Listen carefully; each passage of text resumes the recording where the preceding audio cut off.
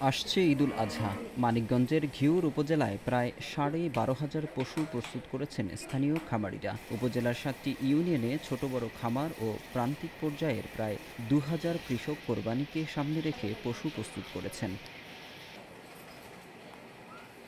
কোরবানিকে ঘিরে খামারি ও প্রান্তিক চাষি মিলে এবার ১২,৬০৪টি পশু প্রস্তুত করেছেন। উপজেলার ৬টি স্থায়ী ও ৮টি অস্থায়ী হাটের প্রস্তুতি আছে স্থানীয়দের। এছাড়াও ঘিওর উপজেলা প্রাণী সম্পদ অধিদপ্তর কর্তৃক অনলাইনে কোরবানি পশু ক্রয় বিক্রয়ের একটি প্ল্যাটফর্ম রয়েছে, যা ইতিমধ্যেই বেশ সাড়া ফেলেছে। তো মোটামুটি ২ টা সেল করছি। আর একটা গরু আছে। তো আশা করি প্রান্তিক খামারি হয়ে ভালোই প্রফিট পাচ্ছি এবং আমি গরু করে খামার করে অনেকটা স্বাবলম্বী এখন। প্রতি বছরের মতো কোরবানির ঈদকে সামনে রেখে উপজেলার খামারি ও কৃষকরা গরু ছাগল নিয়ে ব্যস্ত সময় পার করছেন। হাটে গরু বিক্রির পাশাপাশি স্থানীয় ব্যাপারীরা কৃষকের বাড়ি বাড়ি গিয়েও গরু ক্রয় বিক্রয় করে থাকেন। দেশে ভারতীয় গরু না এলে বেশি লাভবান হবেন এমনটাই প্রত্যাশা তাদের। আর এটার দাম চাইছে ৬,২০,০০০ টাকা। আনুমানিক ওজন ৯০০ ৯৫০ কেজি। মূলত কুরবানি যে দেবো উনি গোছ হিসাব করে না, ওর সৌন্দর্য দেখায় নেব। এখানে আছে আপনার গির আছে, অস্ট্রেলিয়ান আছে, আর বাম আছে ফিজিয়ান, দেশি শাইল, এগুলো মানে মিক্স করা। বিক্রির জন্য আপনার ৫টা বাদে সবগুলো। বাছুর আছে আপনার ১০-১২টা, ওইটা বাদে।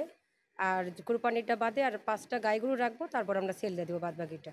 এ এলাকায় খামারি ছাড়াও সাধারণ প্রান্তিক কৃষকরা বাড়তি আয়ের জন্য বাড়িতে দু একটি গরু প্রস্তুত করে থাকেন। ঈদের সময় আকার ভেদে প্রতিটি গরু ৮০,০০০ থেকে ৬ লাখ টাকা পর্যন্ত বিক্রির প্রত্যাশা তাদের। ১টা বা ২টা ষাঁড় তারা পালন করে প্রতি কুরবানিতেই।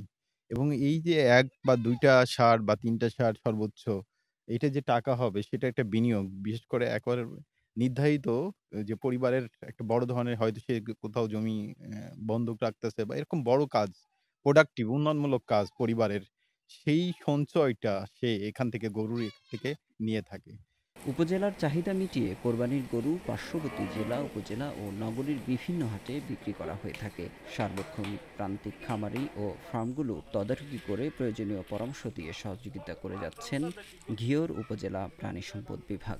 উপজেলা প্রাণী সম্পদ দপ্তর থেকে বিভিন্ন সময়ে আমরা তাদের বিভিন্ন ধরনের সুযোগ সুবিধা দিয়ে আসছি। তার মধ্যে প্রশিক্ষণ একটা অনেক বড় অংশ জুড়ে রয়েছে। আমরা তাদের হৃষ্টপুষ্টকরণের জন্য অনেক প্রশিক্ষণের ব্যবস্থা করা হয়েছে। তাছাড়া বিভিন্ন উঠান বৈঠকেও আমরা তারা কিভাবে অল্প খরচে তাদের গৃহপালিত পশুটাকে হৃষ্টপুষ্ট করতে পারে সেই বিষয়ে আমরা তাদের প্রশিক্ষণ দিয়েছি।